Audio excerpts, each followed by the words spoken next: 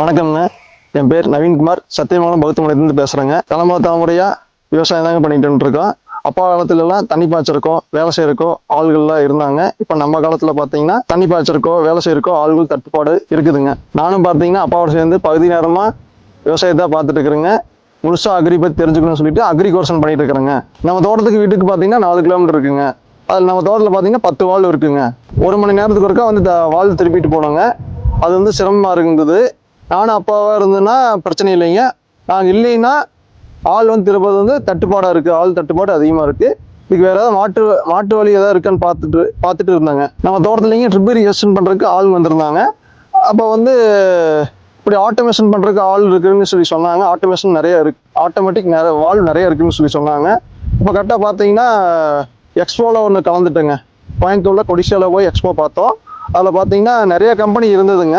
மற்ற கம்பெனி பார்க்கும்போது நம்ம லைஃப் ஸ்கேலோட கம்பெனி வந்து வால்வே கொஞ்சம் வித்தியாசமாக இருந்ததுங்க. நாங்கள் ஏன் லைஃப் ஸ்கேல் சூஸ் பண்ணோம்னா, நம்ம பழைய மெத்தடு பால் வால்வ் எப்படி நம்ம அடைக்கிறோமோ ஓப்பன் பண்ணுறோமோ அதே மெத்தட் தான் இந்த லைஃப் ஸ்கேல் பட்டர்ஃப்ளை வால்வும் அதே மாதிரி தான் அடைக்கிற மாதிரி இருக்குது. இந்த வால்வெல்லாம் ஆப்ரேட் பண்ணுறதுக்குங்க ஸ்கை ஸ்மார்ட் கண்ட்ரோல்னு சொல்லி ஆப் இருக்குங்க.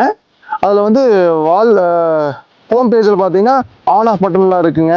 அப்புறம் வால் பேஜ் போயிட்டோம்னா நம்ம வந்து டைம் மாற்றி வச்சுக்கலாம். அந்த ஒரு அரை மணி நேரம்னா அரை மணி நேரம் கரெக்டாக வச்சுக்கலாம். ஒவ்வொரு வால்வுக்கு அரை மணி நேரம் 20 நிமிஷம் அப்படி மாற்றி வச்சுக்கலாம். அப்புறம் நம்ம வந்து ஒவ்வொரு வால்வோ மாறையில் வந்து நோட்டிஃபிகேஷன் பேஜில் வந்து நம்மளுக்கு இந்த வால்வு எவ்வளோ டைம் பாஞ்சிருக்குது மாறி இருக்குது, அது அந்த டைம் அந்த 20 நிமிஷம் வச்சுன்னா அந்த டைமுக்கு வந்து நம்மளுக்கு நோட்டிஃபிகேஷன் வந்துட்டே இருக்குங்க ஒவ்வொரு வால்வு மாறையிலையுமே. அதனால வந்து ஈஸியாக இருக்குங்க ஸ்கை ஸ்மார்ட் கண்ட்ரோலர். இப்போ பார்த்தீங்கன்னா நம்ம தோட்டத்தில் வந்து 2 போர் ஒரு தொட்டி இருக்குதுங்க.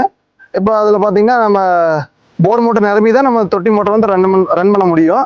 இப்போ நம்ம வந்து வால் பாஞ்சிட்டு கீழே வந்து இதோ சப்போஸ் வந்து தண்ணி தீந்தா வந்து நம்ம ட்ரை ரெயின் ஆன் ஆகி வந்து மாஸ்டர் வந்து ஆஃப் பண்ணி கொடுத்துரும்.